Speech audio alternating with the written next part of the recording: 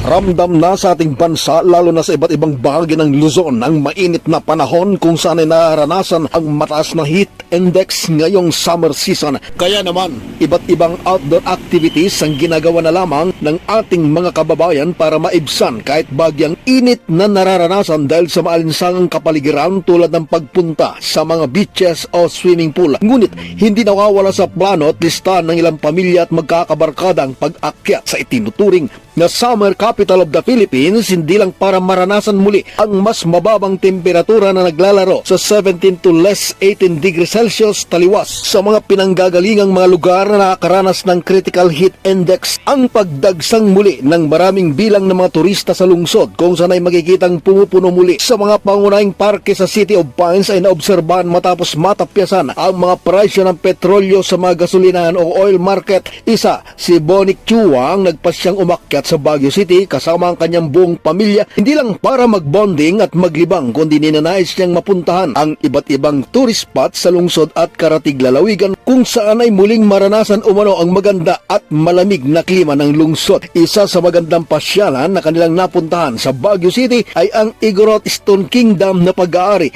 ng isa ring native Cordilleran na si Manong Pio Velasco. Ayon pa kay Chua, sobra silang na-amaze sa kanilang nasilayan at nakita pagpasok sa loob ng naturan at pamosong pasyalan. Ang pagkagawa umano ng naturang struktura ay masasabing kakaiba kung saan animo ang obray buong husay na nililok gamit ang mga bato sa pamamagitan ng riprapping, ngunit isinalangsang maayos at matatag kung saan animo may koordinasyon ang bawat salansa na habang ini-apply ang angking abilidad at kahusayan sa paggawa ng rock structures.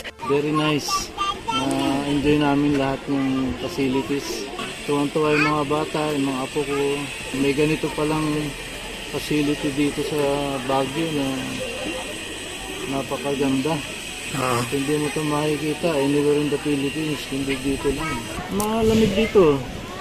Yung sa bandang baba, sa city, pag maaraw talaga, sobra init. Pero dito sa loob ng Tour Kingdom, medyo hili ito, mataas. Malamig, maski may araw magandang klima. Hindi naman napigilang magbigay ng komento ang kanyang may bahay na si Aling Lydia at isa niyang anak sa kanilang pagbisita sa naturang sikat na pasyalan. Ay, ulit-ulitin talaga.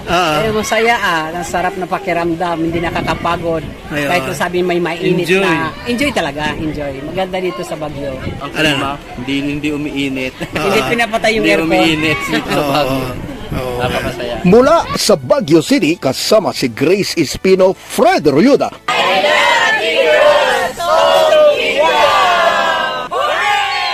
Para sa mata ng Agila, Northern Luzon, matatag, matapang, matapat.